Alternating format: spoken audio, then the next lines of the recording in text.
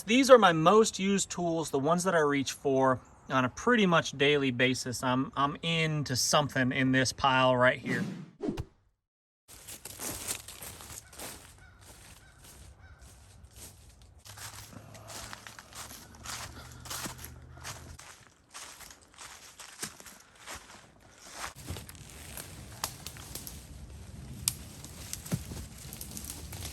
Got quite a few dead trees up here, and a couple of them are near my tree house up here, my deer blind / tree house.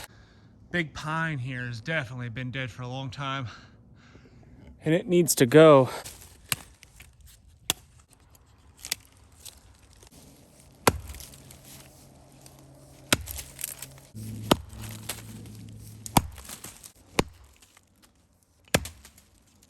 This plumb axe here is one of my favorite tools.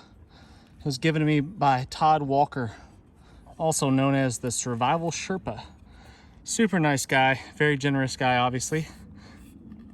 I've made it my own, put my little logo in there, but this is a great axe. And it's one of my favorite tools. But using this tool, you gotta be pretty careful, especially when you're working by yourself.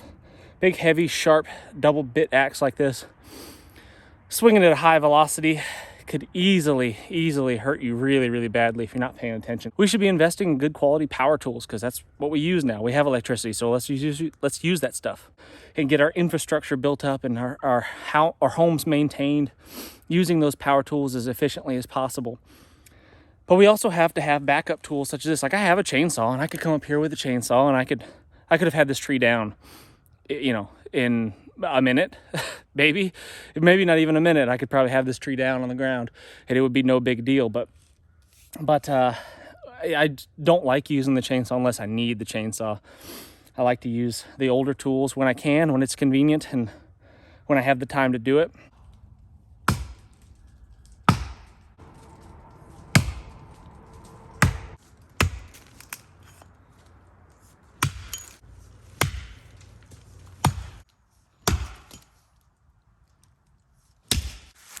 It's gonna go.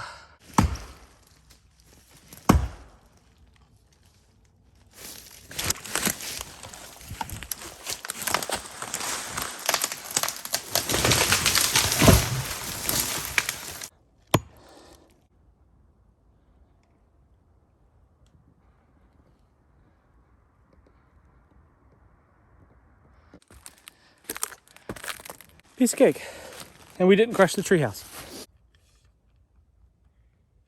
So let's talk about some of my favorite tools. I am a homeowner, obviously, so that requires me to have some tools on hand so I can take care of some problems around the house. But I've also worked professionally as a handyman, property management deal. So I've done a lot of home repairs and just a whole gambit of miscellaneous tasks and chores and repairs and stuff. Everything from, you know, bigger construction type jobs to the smallest little plumbing leak, whatever it is. So I think having the right tools for the job is really important, because one day there may come a time when you can't just call a guy to come fix something for you. You might have to rely upon yourself, your own tools, your own two hands, your own skills and knowledge to take care of it. So some of my favorite tools, let's go through them.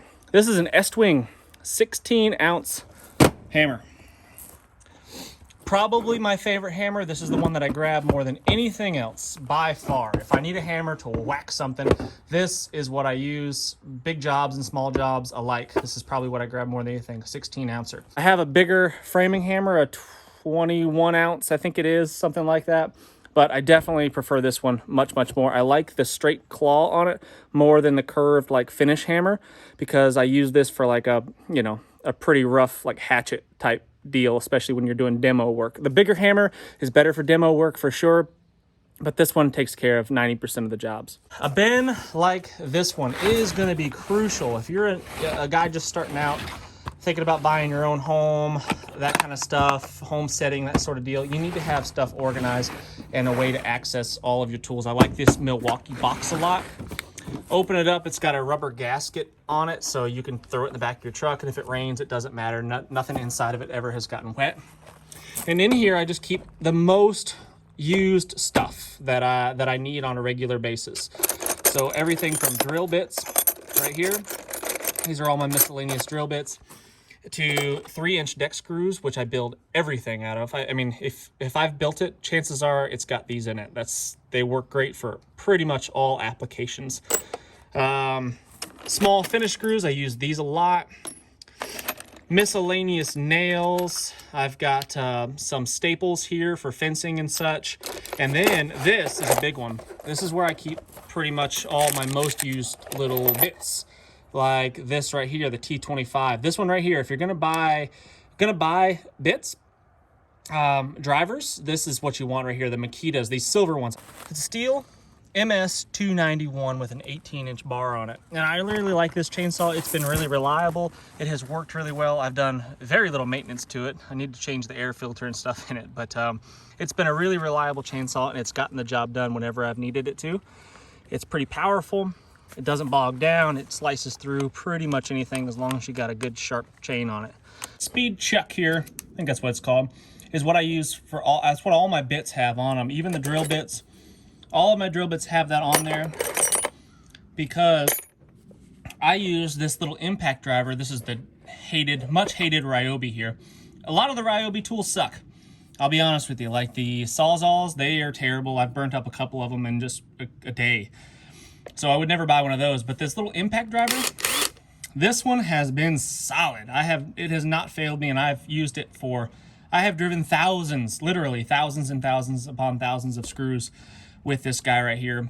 And even some of these, I don't have any in here, I guess, but you know, the bigger lag bolt type deals, and it just really gets the job done, and they're pretty inexpensive. I recommend getting the bigger batteries than these right here. These little guys don't last very long, so I would suggest the more jumbo size.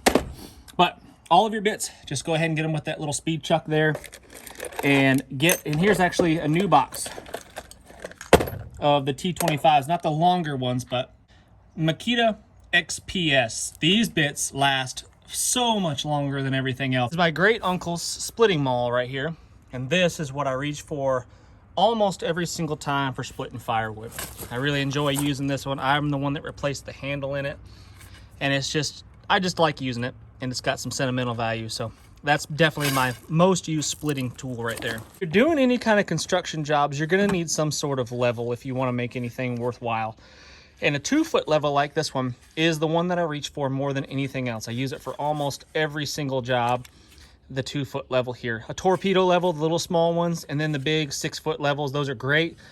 The bigger ones are gonna be more accurate. The small ones are just handy for fitting in small places that this one won't reach. But by far, if you're just gonna get one, if you're gonna buy one level, get the 2-foot level like this one right here. Again, any kind of construction project, you're gonna want some sort of crowbar. I like this one right here. This one is really, really strong. The flat bars flex, and I don't like them as much. This one is the one I prefer, and I use this one more than anything else. Great for pulling nails, great for breaking stuff apart, demo work. Bigger ones are handy for some projects, obviously. Small ones are better for some situations, but this is the one that I use more than anything. My Makita saw here, this has been a real workhorse, man. This thing has never failed me. It has gotten the job done every single time, and I really like this circular saw here. The cordless ones are super handy, and they are nice, but they don't last as long as these corded ones right here. So there is that. So get yourself a good corded power saw and an extension cord, and it'll last you a lifetime. I keep all my tools like this in this big husky bin. It's really handy just to keep everything nice and dry. Again, it's got a rubber gasket so you can throw it in the back of the truck, strap it down, and you don't have to worry about stuff getting wet. Tape measures. I like this Milwaukee 25-foot wide blade. 35-footers are nice, but 25-foot pretty much does 90% of the job. This one is the wide blade, and the reason the wide blade is so nice is because you can do this. You can stretch this thing out when you're working by yourself. You don't need someone to hold the other end of the tape measure nearly as much, because I can stretch that thing out almost. Let's see how far we can go before it breaks. Oh, come on, baby. Oh, and it broke. It broke at 13 feet. The thinner tape measures won't do that. They'll break way before 13 feet, and it just makes your job much more difficult when you're working by yourself. I like this better than the Stanley Fat Max because the clip on the back doesn't wear a hole in your pocket as much when you're clipping it on and off all day long. I also like a splitting maul like this because it's double duty as a sledgehammer as well. Obviously this one's been beaten and abused, whacked on the back of another splitting maul, and that's why it's all mushroomed out like that. But this is my sledgehammer. If I need to whack something, I need a heavy tool to hit something hard, this is what I go to. Absolutely got to have a speed square if you're doing any kind of construction projects. Hacksaw, have to have a hacksaw. Super crucial. I use this thing all the time. And I always buy the blades that have the double sides right there because they obviously last twice as long. Screwdrivers, Phillips head, flathead. Having just a regular old screwdriver like this I found to be much handier, and I prefer it over the ones that have interchangeable bits. I thought, you know, that made the most sense at first, but I just don't like them as much. I end up losing the bits and they become useless at that point unless you replace them. So I just like a regular old screwdriver like this one right here. I think this is a number 2, and I like this handle shape a lot. It's got that kind of triangular shape. That's really good for getting a grip on. Your hand just fits around it nice, and it gives you a lot of torque on the handle. Channel lock pliers, very, very handy, good for all sorts of things. You need a good set of channel locks. An 8-inch crescent wrench. These are really handy. Again, used for all sorts of things. I grab this thing all the time for just miscellaneous projects. Now here's some more of my most used tools that I keep in my truck, actually, and here's a tool roll. My most used tools right here. It's just going to be a wrench set right there, metric wrench set. Everything from, I think, an 8 all the way up to 19, maybe 21, something like that. Razor knife, super handy for all sorts of things, especially when you don't want to dull up your really nice fixed blade knife that you keep on your hip every single day, like the On3 EDC from Bear Force Knives. You want to, you know, cut against some kind of metal or something like that. You don't want to damage your edge. It's nice to have a cheapo replaceable blade like that one. Pair of pliers with some side cutters. Use those all the time. Again, channel locks, wire strippers.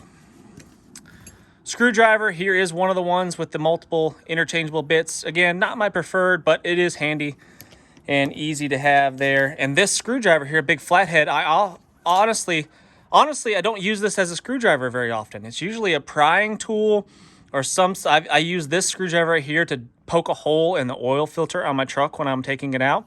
So that's generally what I use that for. Extensions, gotta have extensions for your ratchets and sockets. And then just a little pick tool. That's pretty handy to have when you just can't get in there with your fingers and you need something to get in there in a small little nook and cranny.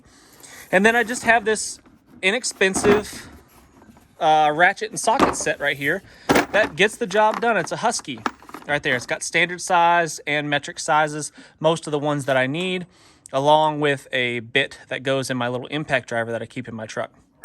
Now, a lot of people watching are going to be like, oh, anything less than snap-on tools is just not going to get the job done. Buy the best, buy once, cry once. Yeah, I get it. Like, quality tools is really important, but in my experience, I've done a lot of mechanicking. I've done a lot of working on trucks and tractors and motorcycles and all this stuff. And to be honest with you, the inexpensive Husky tools like these, doesn't have to be Husky, but the inexpensive tools like this, they get the job done, and I honestly really can't tell the difference between the more expensive wrench and the inexpensive wrench. I can't tell the difference between this 19 millimeter Husky wrench and a 19 millimeter snap-on wrench. I can tell the difference on the price. That's faux show. Like my brother, he's a professional mechanic, and he has a lot of really nice snap-on type tools, and maybe he can tell the difference because he's worked with them every single day and he knows them really, really well. I personally, I can't tell the difference, and you probably can't either. Now, obviously, the stuff I keep in my pockets, those are my most used tools, my EDC items. I use those all the time. But outside of that, outside of talking about, you know, like my EDC flashlight here, the one that I typically just clip on my hat and use like a headlamp, that's how I generally use that. That's really handy. But outside of that, this little Milwaukee rechargeable flashlight, this thing is great because you can just prop it up, sit it on the ground underneath the truck or something, or whatever it is you're working on in a small space, turn that puppy on, and it has 3 levels of brightness. and the battery lasts a pretty good while. It's super bright at nighttime. It's got a magnet on it, so you can pop it to the hood of your truck or something. So I use this thing all the time, and the fact that it's rechargeable is really, really nice. Especially in the summertime, maybe not so much in the winter, but in the summertime, I use this machete, this Galavan machete, all the time. It is my go-to tool for whacking, slicing, and dicing, and chopping, and splitting, and stuff. It's what I use all the time. It's just a beater tool, and I really enjoy it just for that purpose. It's easy to maintain. It's razor sharp, easy to keep an edge on it, and it just gets the job done. And I used a sheath off of another cheap machete for it because I didn't have one. Hard to live without a bottle jack like this one. Just an inexpensive bottle jack. I forget what weight rating this one is, but you know, it lifts my truck no problem. I've used this for construction projects, for leveling up decks and houses and stuff. I've used it for all sorts of things. Just a bottle jack like this is a really, really handy thing. And if you're just getting started out and you need to invest in some quality tools, get a good quality bottle jack. My dog is after something. Let's go see what Maggie's going after up here. I could tell the difference between Maggie's barks. There's bark, let me inside. There's bark, there's somebody at the gate. And then there's a bark that says, I'm trying to attack something.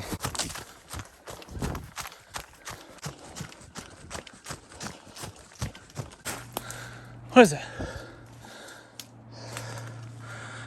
What is it, girl?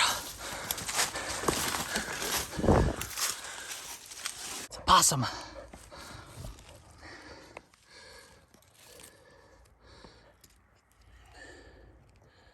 See it?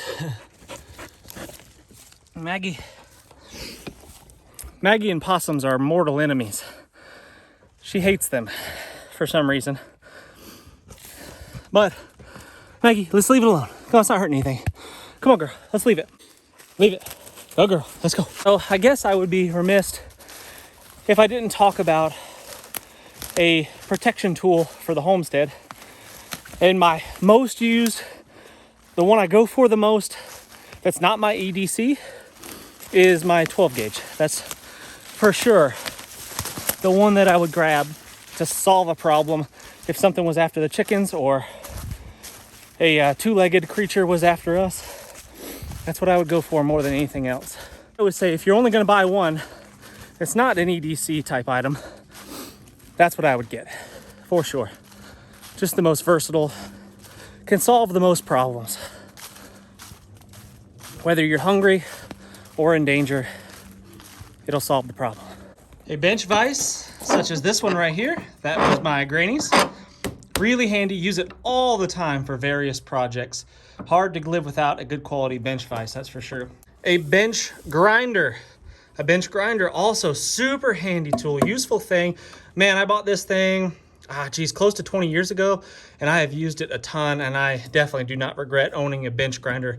You will find a use for it, that's for sure. Get yourself half a dozen ratchet straps. There's all sorts of applications for ratchet straps, more than just tying stuff down in the back of your truck. All sorts of applications for these types of things. So get yourself a half dozen ratchet straps at least. Sawhorses. Got to have sawhorses. Here's just some homemade ones. The store-bought ones are fine. The ones with the adjustable legs, those are nice. I've got some of those as well. But I use sawhorses like this for all sorts of projects. Hard to live without sawhorses. My most used digging apparatus is this right here. This is I guess you'd call this a T-handled spade of some sort. This one actually came from Special Operations, so it's got some sentimental value as well. So I really like this shovel. This is the one that I use more than anything, more than the longer handled ones. This one only goes about hip high on me. But definitely if I'm grabbing a shovel to do some digging, this is the one I grab. The most used saw that I have is probably this actually. I probably use this equally as much as I do that skill saw, and definitely more than I use the chainsaw. This silky big boy here I use all the time. This is a firewood getting clear, a trail clearing tool. It really, really works fast and efficiently. Almost forgot a really important one, and that's a ladder. This thing, while heavy and kind of a pain in the neck, is so versatile. This is a gorilla ladder, and it extends up to 14 plus feet. You can put it on stairs. It does all kinds of awesome stuff. So again, it's a little bit heavy, and a pain to use from time to time. It's a lot heavier than just a regular ladder, but man, it does stuff that just a regular ladder will not do. So for that reason, I wouldn't live without the this Gorilla ladder here. There's other companies that make ladders like that, but this one has been really good. So guys, these are my most used tools, the ones that I reach for on a pretty much daily basis. I'm into something in this pile right here. And if you're just getting started out, I would highly recommend having a tool kit such as this one. Obviously, I own a lot more tools, and for some purposes, a specialized tool is needed. But for the most part, what you see behind me, if you can't get it done with this, then you need to get more creative. So anyway, I'd love to hear what you guys think about this in the comment section. What tools do you find so valuable that you couldn't live without? What's missing out of this pile right here? Love to hear that in the comment section. Make sure you hit the thumbs up. Please subscribe if you haven't done so already, and I cannot wait to see you on the next one. Almost forgot, when I'm working around the garden, this is my favorite tool right here, this grub hoe. This thing is a heavy duty workhorse, and it chops through the roots, chops through the weeds, can do some light digging with it. Pretty handy tool right there. I'm Jason Salyer with Survival Dispatch. As a Survival Dispatch insider, you'll be able to gain the knowledge, the skills, and equipment necessary to protect your family when it really, really matters. They'll provide crucial information on such things as stockpiling food, medical necessities, communication plans. You will receive specific, actionable plans. You can deliver proven techniques to help you get home, shelter in place, or bug out safe.